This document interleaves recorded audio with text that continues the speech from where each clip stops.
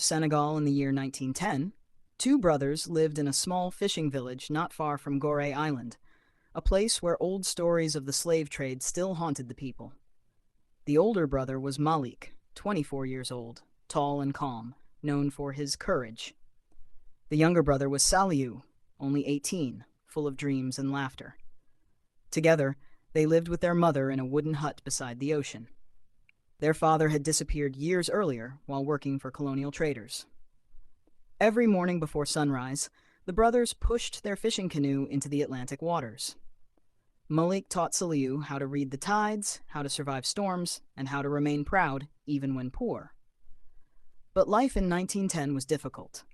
French colonial officers controlled the ports, taxes were heavy, and many African families were forced into labor. Though the Atlantic slave trade had officially ended long before, illegal trafficking and human exploitation still existed secretly along parts of the coast. Fear traveled through villages like the wind.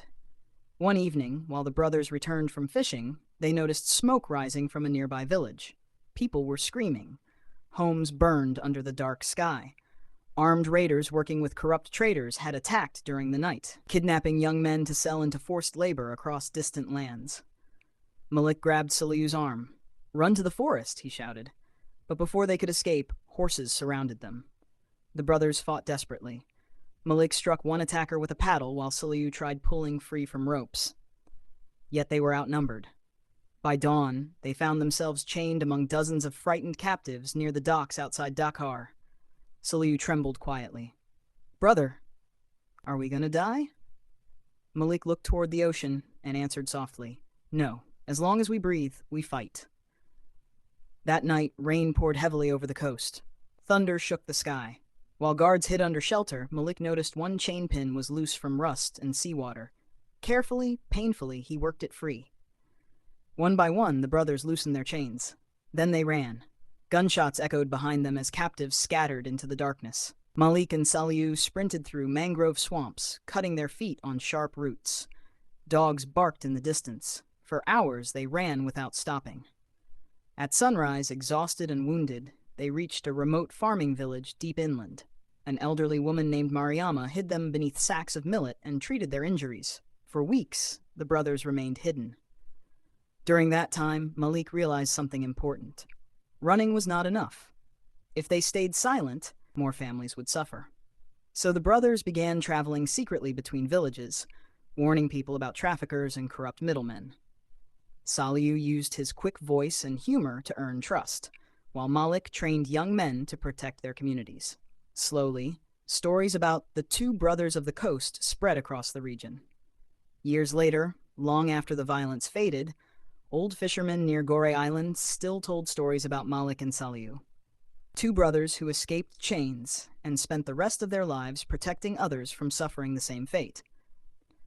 And whenever young children asked why the ocean sounded sad at night, elders would answer, "The sea remembers everything."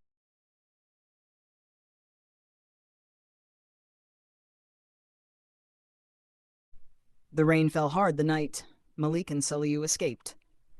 Behind them, the fires of the slave port burned against the dark sky near Gore Island. Men shouted in Portuguese and French. Dogs barked in the distance. Chains rattled somewhere behind the walls. Malik pulled his younger brother through the mangrove swamp, both barefoot, both bleeding from their ankles where the iron cuffs had scraped their skin raw. "Keep moving," Malik whispered. Saliou could barely breathe. He was only 17, exhausted and terrified, but he followed his brother into the darkness of the forest. For 3 days they hid among thick trees and abandoned fishing paths. They survived on rainwater, wild fruit, and small fish Malik caught with his hands in shallow streams. At night, Saliou trembled from fear. "What if they find us?" he asked.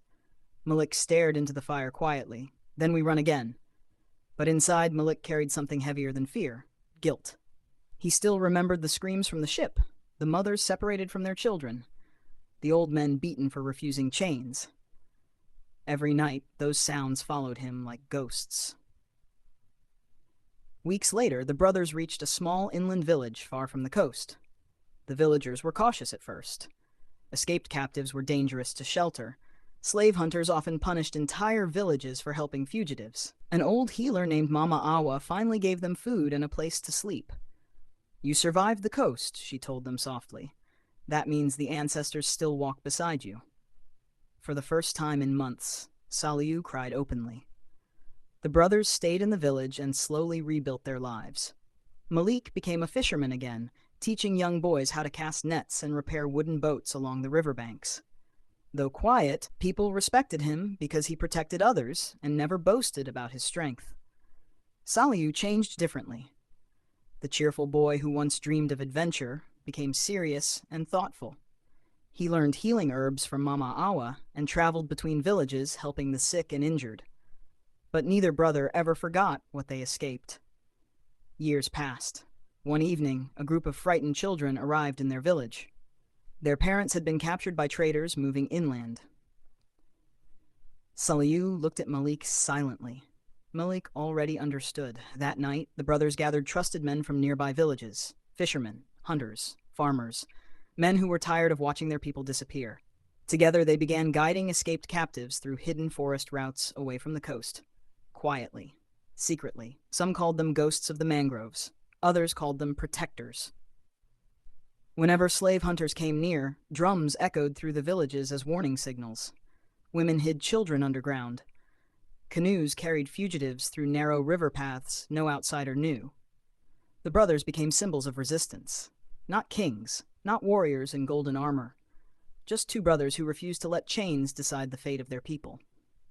Years later, when Malik's hair turned gray and Saliou had children of his own, they returned once to the cliffs overlooking the ocean near House of Slaves.